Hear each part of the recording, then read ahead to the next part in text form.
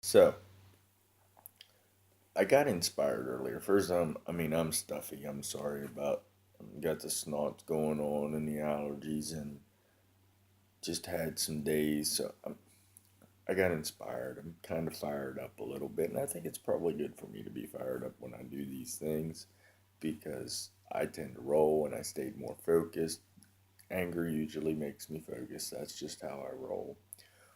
I wanted to discuss government because government came along, and I was gonna do the starting over again thing on Facebook first to proceed it. I got an idea that might help and get my brain warmed up, and then I lost the motherfucker, which pissed me off. I mean, that just makes me mad when that happens. You hit the wrong button and it goes away, and I get really, really upset. But anyway, I think we need to address the elephant in the room, and that is it's government, folks. Right now, it's government.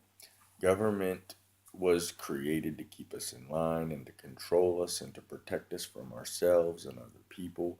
It was it's here to keep us from doing stupid shit. It's also here to help us, and we should help it too. I mean, government is essential. I'm not going to say that it's not, but government is corrupt. It's our best friend and our worst enemy. It's righteous and evil and good, and I mean it is the ultimate brain teaser and the ultimate mind fuck. I mean, that's government. I mean, it is a nasty, nasty beast. But it's essential. It really is. So that's government in a nutshell, really. But our government, American democracy, it's a totally different animal. We are in effect putting the crazy people in charge of the asylum with democracy. It's people, it's government of the people. So the same people that you are governing are supposedly in charge of government. See, that's why it was a grand experiment. When they started off, the founders, this they called it the grand experiment. That's what we are. I mean, nobody ever did what we're trying to do. Let's make that very clear, okay? We we started this theory of government of the people, for the people, and by the people. We started this as something to get us closer to the truth. We saw a road that looked closer to the truth than what they offered us in Europe and what they were offering us in America up until then. And we really tried to not be a colony anymore because basically, when we were a colony, we were still doing what England wanted us to do. We were still being governed by the people we came here to get the hell away from. So we came up with this grand experiment, American democracy, government of the people, for the people, and by the people. And that's kind of a weird thing because the same people that you need to protect from themselves all of a sudden are in charge of everything.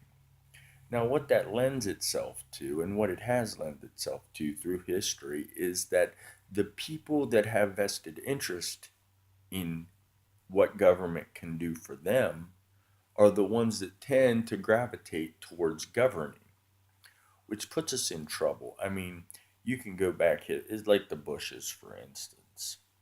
The Bushes and the Kennedys and all them guys, them cats knew how to make money and take care of themselves through the power that government gave them. Okay? That's how it always rolls. But there has to be a checks and balances in this. Okay, folks?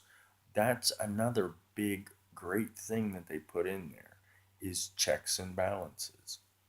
Well, when you get to the point where everybody with the only people that check and balance each other are the ones with vested interest in what government can do to that for them, then you start to run into trouble. Then you start to run into conflict of interest where people will blatantly use government to better shit for themselves.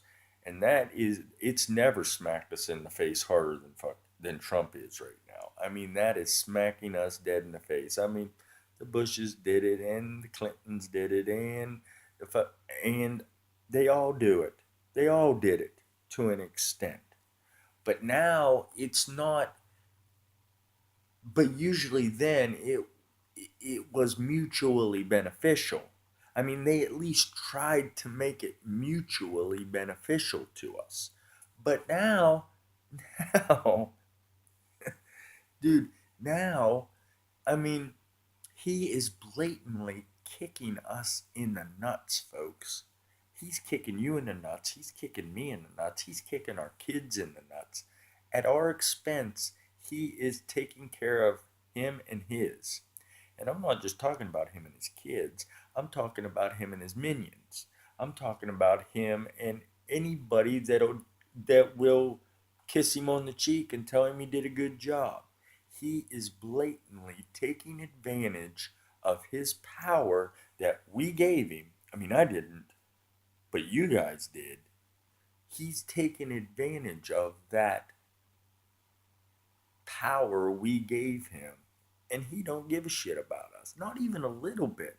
I mean, not even a little tiny bit does he really care about us. I mean, all you got to do is really think about it with a straight mind and look at it objectively, not subjectively, objectively. That means that you are looking at it for America, not for yourself. Look at what he's doing to America, the grand experiment, which he is fucking up and flushing down the toilet right now, because what he is effectively doing is he is starting to become, he is personifying the elite governing class. Might as well go back to being a monarchy. We might as well be a fucking dictatorship. Because if you're only people with enough money or enough, you know, college education or pedigree or whatever you want to call it, if only them are the people that can govern, we're in big trouble, man. If he can get the most powerful place in this country just because his daddy gave him some money and he owns a few big buildings, we're in trouble, folks. If we just sit here and just take this ass raping and just like it, we're in for a long road, folks. We are in for a long, long road. And I'm telling you, right now, like I said before, I'm trying to be nice to you guys, but it's getting harder and harder because we are coming to the point where there is no going back. The grand design has failed. We'll have to start it over.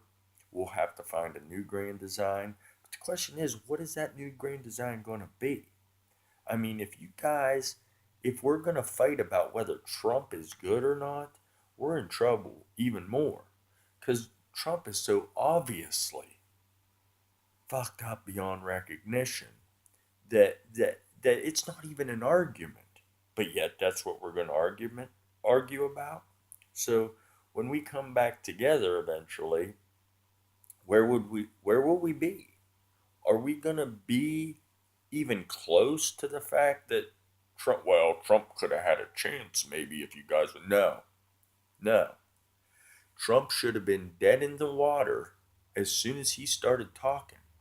Trump should have been really dead in the water the first time he made fun of that reporter. Then, when he started talking about your mom and your dad and your sister and your grandma and Muslims and Mexicans and whoever else he talked, everybody.